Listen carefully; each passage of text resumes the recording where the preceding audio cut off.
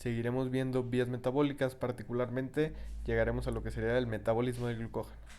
Y para esto quiero saludar a un muy buen colega mío que nos va a estar acompañando.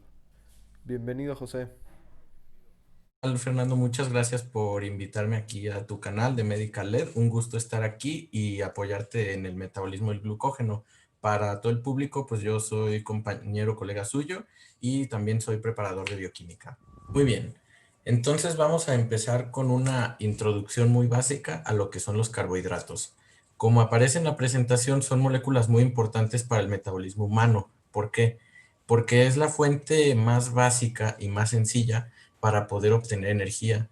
Como sabemos, es gracias a varios ciclos metabólicos en los cuales empezamos a degradar la glucosa, como por ejemplo la glucólisis o el mismo ciclo de Krebs, es que nosotros podemos utilizarla para generar ATP. Esto pues mediante una gran cantidad de reacciones metabólicas y varias reacciones.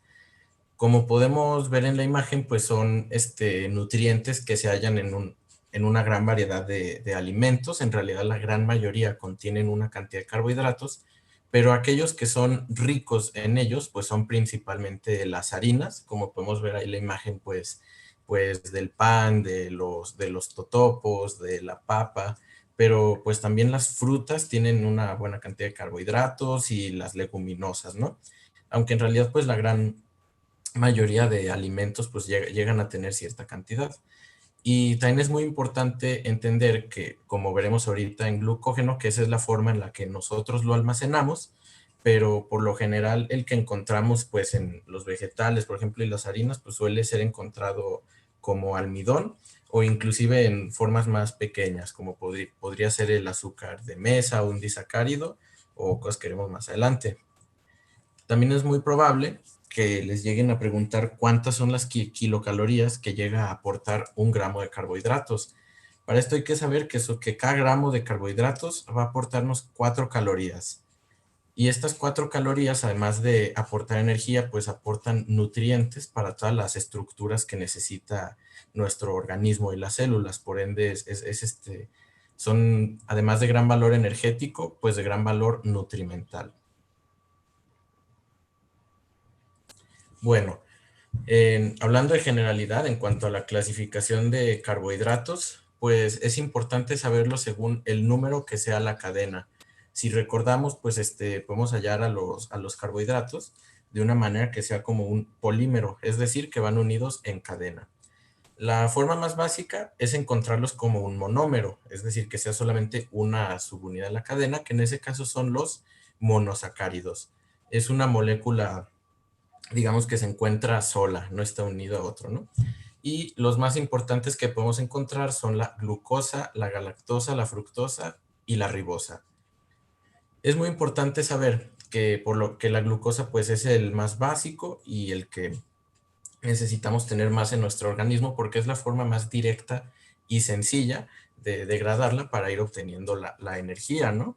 Los niveles de glucosa en la sangre se denomina como glucemia y pues es importante que se mantengan regulados de una manera correcta, como veremos en esta presentación. La galactosa y la fructosa son isómeros precisamente de la glucosa, que están en una conformación diferente.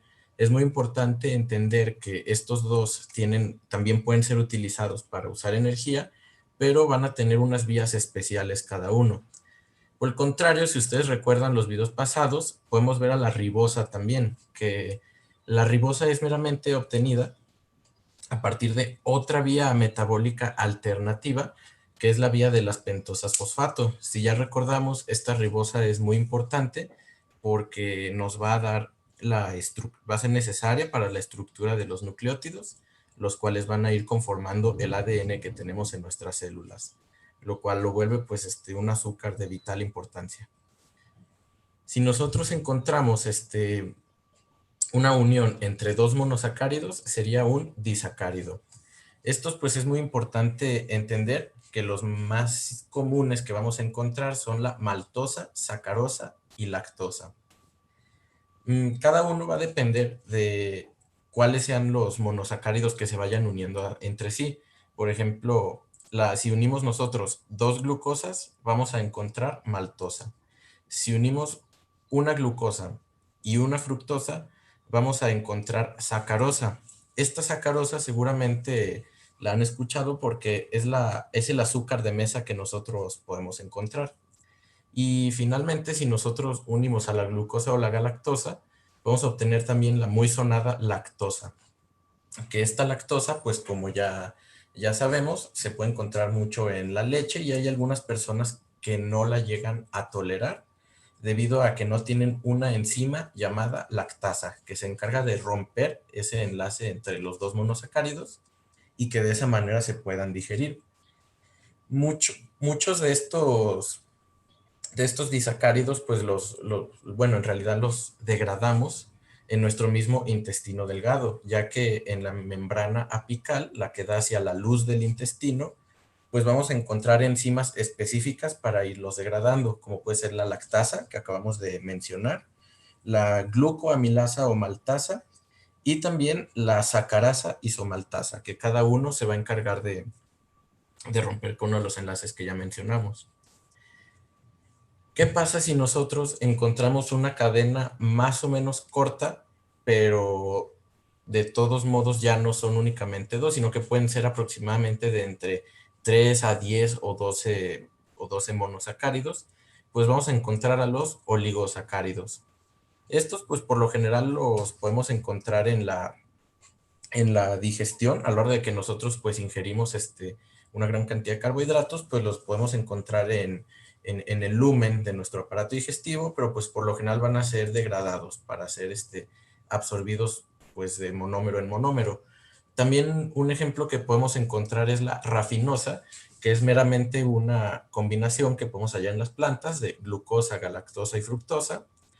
Y estos oligosacáridos también son muy importantes en una función meramente estructural, ya que, como a lo mejor vamos a ver después, los grupos sanguíneos, como puede ser A, B y O, pues están definidos gracias a estos oligosacáridos. Y finalmente encontramos a los polisacáridos. Los polisacáridos es cuando ya encontramos una cadena muchísimo más grande, que puede ser de inclusive miles de monómeros, que estos ya están meramente relacionados con lo que es el almacén de carbohidratos. Lo que podemos encontrar, por ejemplo, sobre todo en vegetales, es el almidón, que es como lo mismo que el glucógeno que podemos encontrar en nosotros, por ejemplo. Este glucógeno, pues es el que se encarga de ir almacenando la glucosa, ya sea en el hígado o en el músculo, pero pues es para poder liberarla después. Bueno, entonces, ¿qué es el glucógeno? Como ya les había mencionado en la diapositiva pasada, es un polímero compuesto por cadenas hechas de monómeros de glucosa, ¿ok? Van siendo cadenas lineales que se van a ir ramificando, como podemos ver en la imagen de abajo. Cada una de las cadenas se va a conformar de entre 10 a 14 glucosas. Y es muy importante que entendamos una cosa.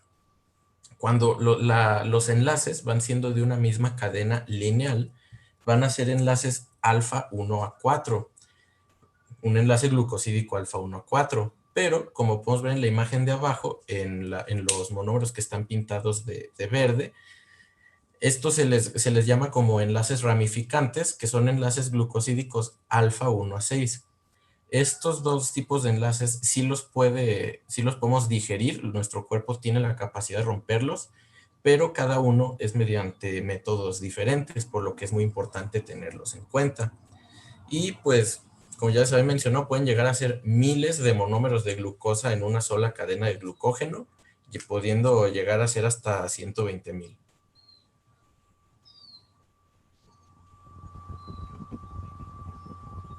Ok. Es muy importante entender que hay dos tejidos que almacenan el glucógeno principalmente, que son el hígado y los músculos.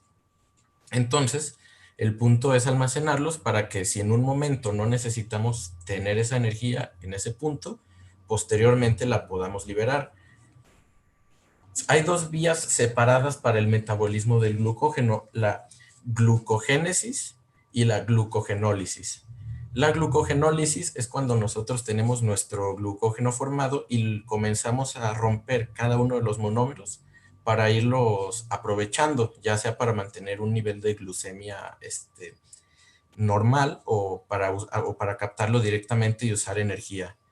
Por el contrario, la glucogénesis es cuando nosotros los mismos monómeros de glucosa los vamos a empezar a usar para armar una molécula de glucógeno.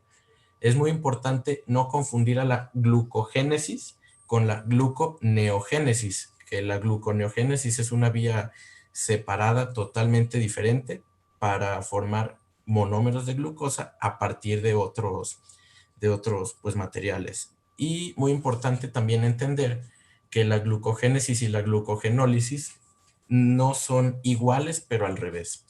Me explico. Hay algunas vías que nosotros podemos encontrar que en realidad lo único que tenemos que hacer es ir tomando las mismas enzimas o enzimas muy similares y únicamente empezar a catalizar las reacciones en el sentido opuesto.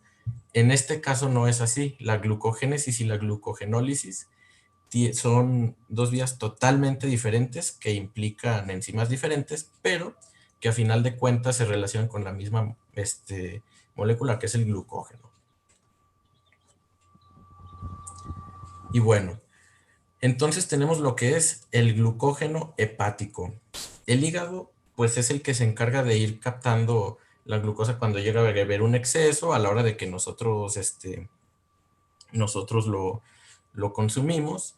Y pues es muy importante que nosotros sepamos que la función del glucógeno hepático va a ser más que nada sacar la glucosa en forma directamente de glucosa hacia la sangre para mantener unos niveles correctos de glucemia o lo que se le conocería como euglucemia. Mm, Es importante entender que también el glucagón y la insulina van a empezar a hacer sus efectos para para meramente el metabolismo del glucógeno en este caso. Y después tenemos lo que es el glucógeno muscular. El músculo también es un órgano, o sea, un tejido muy importante para almacenar glucógeno. Este no nos va a servir para regular los niveles de glucosa en nuestra sangre, pero como sabemos el músculo es un tejido que va a necesitar de mucha energía para funcionar y que inclusive necesitamos que no se le agote casi nunca la energía, porque por ejemplo, por poner un ejemplo muy vital, pues el diafragma, que es un músculo para poder respirar, si en algún momento se quedara sin energía, pues eso sería fatal. Entonces es por eso que los músculos tienen esta capacidad de almacenar glucógeno para generalmente no agotar la energía. Y pues esto se da gracias a que no pueden liberarlo a la sangre debido a que no tienen una enzima que veremos posteriormente. Y pues pero a pesar de ello tienen una vía catabólica muy similar. Muy bien. Ahora sí, vamos a continuar con la vía metabólica, que en este caso será la glucogénesis. Como dice en su etimología, gluco hace referencia al glucógeno y génesis, formación o síntesis. Entonces, el objetivo de esta vía va a ser generar glucógeno nuevo. Como tal, tenemos que se trata de una vía metabólica que me va a permitir, si se fijan, a partir de esa glucosa libre, ir formando mis estructuras y posteriormente tener este polisacárido que servirá como almacén. Lógico, importante señalar que se da en hígado y músculo, puesto que estos son los tejidos que son capaces de almacenar este polisacárido. Y en cuanto a la vía, bueno, las enzimas son citosólicas. Por ahí en la bibliografía vendrán que hay ciertas enzimas que están dentro del lisosoma y tienen cierta participación en la vía. Sin embargo, más bien se expresan en algunas patologías que se conocen como glucogenosis, ¿sale? Si gustan que algún día hagamos un video de estas alteraciones en el metabolismo del glucógeno, ahí me pueden poner en los comentarios y en ese video precisamente hablaremos un poquito más al respecto. Pero en cuanto a las enzimas que vamos a ver aquí en este video y en el siguiente, que sería para glucogenólisis, pues seguirá siendo acerca de una vía citosólica, ¿no? Que es la que particularmente se lleva a cabo. Y bien, ahora sí entraremos un poco a lo que serían estos pasos para la formación del glucógeno tenemos que se puede sintetizar la vía en 6 pasos, ¿sale? Los primeros 2 van a tener cierta relación con vías que ya hemos visto, como es el caso de la glucólisis, ¿sale? Son enzimas que ya conocen a la perfección. Por ejemplo, ¿no? Estamos hablando de la fosforilación de glucosa hacia glucosa 6-fosfato. Esto lo genera esta enzima que les señalo, que es la hexoquinasa. Mucho ojo. La hexoquinasa hace la actividad en el músculo, porque como saben, el hígado tiene una isoenzima, que es la glucoquinasa, que se va a encargar de realizar el mismo paso, pero pues con una especificidad mayor. Les voy a dejar aquí el video también de cinética enzimática, que es donde precisamente expongo un poquito más acerca de estas diferencias, ¿no? En sí tenemos que el paso principalmente me va a generar esta molécula ya fosforilada. Como saben, necesito un ATP para precisamente donar ese grupo fosfato y que este pueda seguir en la vida.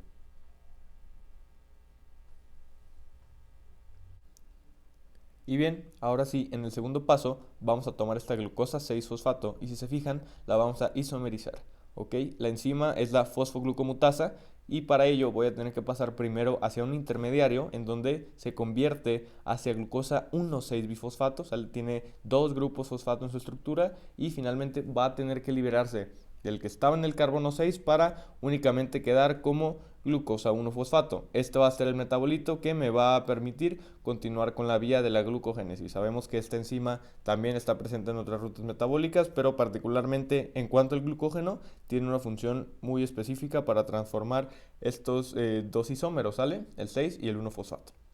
Bien, una vez que se formó la glucosa 1-fosfato, voy a generar, mediante la acción de la enzima UDP-glucosa pirofosforilasa, una unión bastante interesante, ¿no? Esta es la enzima, como ven, UDP-glucosa pirofosforilasa. Va a usar una molécula de UTP como coenzima o cofactor orgánico, como le quieran llamar. Y precisamente este mecanismo me va a permitir liberar ciertas moléculas de fosfato, ciertos grupos. Por ejemplo, vamos a liberar primeramente el grupo fosfato que hay junto a la glucosa. La glucosa queda en su conformación libre y ahora sí la glucosa se va a unir al UTP. ¿Vale? El UTP está formado por, ya saben, una base nitrogenada que es el uracilo junto a su ribosa y sus 3 grupos fosfato. ¿Okay? De estos 3, el último grupo fosfato se va a liberar y entonces va a juntarse, ¿okay? Va a juntarse con el fosfato que también habíamos liberado de la glucosa, ¿no? Así es como obtenemos, por una parte, la UDP glucosa, ¿okay? Que va a ser el producto que va a seguir la vía y también vamos a liberar el pirofosfato, ¿sale? Este pirofosfato podrá continuar y se podrá acoplar a más reacciones. Aquí lo interesante es que precisamente logremos identificar a la UDP glucosa como una molécula clave para continuar nuestro proceso de glucogénesis. Y aquí podemos observar precisamente dónde se van a hacer los cortes en cuanto a los grupos fosfato. El primero se hace precisamente en los ya 2 últimos grupos de la molécula de UTP y por supuesto tomar en cuenta el de la glucosa. ¿Sale? Por cada hidrólisis de la molécula del ATP se van a generar pues una cantidad de energía libre de Gibbs negativa de menos 30.5 kJ por mol. Es algo que se los pueden tomar, sobre todo si están viendo este tipo de reacciones acopladas a termodinámica. ¿Okay? Pero aquí lo importante es que para la vía de la glucogénesis pues se tenga en cuenta cuál es el sustrato, cuáles son las coenzimas, que en este caso estaríamos hablando de la UTP como coenzima principal y sobre todo qué es lo que se libera tras la reacción, ¿no? Aquí justamente podemos repasar la estructura de la UDP glucosa. Primero con el uracilo como su base nitrogenada, sabemos que esta se une mediante un enlace N-glucosídico a la ribosa, ¿sale? En conjunto ribosa y uracilo llevan el nombre de uridina, ¿va? La uridina se puede unir precisamente los grupos fosfato que vemos acá, en este caso serían 2 y la molécula de glucosa también unido a ella. Ojo, aquí me equivoqué, puse UDG glucosa, es UDP. ¿Sale? Y pues básicamente esa sería la estructura. Ahora sí, entramos a lo que sería el cuarto paso. Este cuarto paso a veces puede resultar complicado, pero si tenemos bien claras las bases, vamos a ver cómo lo vamos a entender. En primera, ¿qué es un cebador? En bioquímica nombramos cebador a aquel molde que me va a permitir generar una molécula nueva de mayor tamaño. Si yo estoy hablando de un cebador de glucógeno, bueno, pues hago referencia a que me va a servir como molde para posteriormente hacer esta estructura de polisacárido, ¿no? Esto se da gracias a una proteína que se llama glucogenina, ¿sale? Aquí pueden ver el modelo, son 2 cadenas y estas 2 cadenas van a estar involucradas para lo que sería la reacción, ¿no? ¿Cómo se va a llevar a cabo? Bueno, si se fijan, la glucogenina tiene en sus extremos un aminoácido tirosina que se va a encargar de recibir a la glucosa que viene junto con el UDP. ¿Qué pasa? Llega como UDP glucosa, esta glucosa se libera de la coenzima, ¿ok? Y una vez que se libera, ¿qué va a hacer? Bueno, va precisamente a unirse al aminoácido tirosina, se va a unir gracias a ese grupo hidroxilo que ven ahí. O sea, ahí está otra vez, les pongo el corte primero de la glucosa, ¿sale? Va a ir y se va a unir a la tirosina que tiene precisamente un grupo hidroxilo en su estructura. Ese grupo hidroxilo me va a permitir unir mi primera glucosa. ¿Y qué pasa? Bueno, se une la glucosa, el UDP sale ya en su forma libre y vamos a repetir el proceso. Después va a venir otra molécula de UDP glucosa y va a hacer lo mismo, ¿sale? ¿Hasta cuándo se va a acabar la cadena? Una vez que se formen las 7 unidades, que son las que necesitamos para el cebador, ahora sí, esta pequeña secuencia de glucosas se libera y vamos a seguir con el proceso, ¿sale? Por eso es muy importante que comprendamos cuál es la estructura y sobre todo cuál es la función que tiene la UDP glucosa en la vida. Muy bien, ya que se liberó el cebador, vamos a necesitar otra enzima. Esta lleva el nombre de glucógeno sintasa. ¿Okay? Sabemos que cuando hacemos síntesis podemos tener dos tipos de enzimas, sintasas y sintetasas. ¿Cuál es la diferencia? Bueno, si yo les hablo de una sintasa, no requerimos como tal la acción del ATP como un cofactor, ¿vale? Por otro lado, las sintetasas sí lo necesitan esa hidrólisis que produce una energía libre. Esto como mero dato. Aquí la importancia que tiene la enzima es que me va a transferir ese cebador y me va a permitir unirlo a los extremos no reductores. Estos extremos van a permitir que el glucógeno tenga esta estructura de árbol, vaya, ¿no? Que en vez de ser una secuencia, que sea una estructura ramificada, ¿sale? Que también tenga pues más cuerpo y una configuración muy característica. Aquí lo podemos ver, esos extremos no reductores van a ser como, por así decirlo, las anclas para que se unan los cebadores de glucógeno, ¿ok? Y así es como va a empezar a crecer la molécula de glucógeno. Importante, para hacer esta vía de la glucogénesis, sí requiero tener ya por más mínimo que sea, una molécula de glucógeno previamente formada. ¿Por qué? Porque si no hay glucógeno como un almacenamiento, no vamos a poder unir el cebador, porque no va a haber extremos no reductores, ¿sale? Es importante comprender esto, necesitamos, aunque sea, una mínima cantidad de glucógeno para partir de ahí formarlo. Y bueno, ahora sí, faltaría únicamente el último paso, que lo da una enzima que es la enzima ramificadora. Ahorita vamos a ver un diagrama que les quedará mucho más claro y les va a ayudar. Miren, aquí está. ¿Cómo se da? Bueno, ya vemos que precisamente la enzima glucógeno sintasa va a permitir que los cebadores se unan al punto de ramificación, ¿no? Ahí está. Sin embargo, para que este glucógeno no sea nada más una cadenita de glucosas, va a estar la enzima que les comento, la ramificadora, que va a detectar cuando la cadena se alcance los 11 residuos de glucosa, ¿sale? Una vez que nosotros tengamos, bueno, por ejemplo, vamos a contarlos. Ahí están primeramente las 7 unidades que trajo la enzima glucógeno sintasa y después contamos 8, 9, 10, 11, ¿sale? Ya llegamos a los 11 ahí en esa cadenita. ¿Qué necesitamos? Que la enzima ramificadora se traiga una parte de esas 11 glucosas, ¿sale? Las corte de su sitio original y vean, haga un nuevo punto de ramificación. Si se fijan, antes de la enzima ramificadora únicamente había 2 ramitas, ¿ok? Ya después vemos que estas 2 ramitas se transforman a 1, 2, 3. ¿Vale? Esa es la importancia que tiene y eso es precisamente lo que nosotros tenemos que tener muy en claro para poder integrar todos estos conocimientos de glucógeno. Muy bien, por este video sería todo. Ya en el siguiente les hablaremos de la otra vía que involucra el metabolismo del glucógeno, que se llama glucogenólisis. Hasta luego.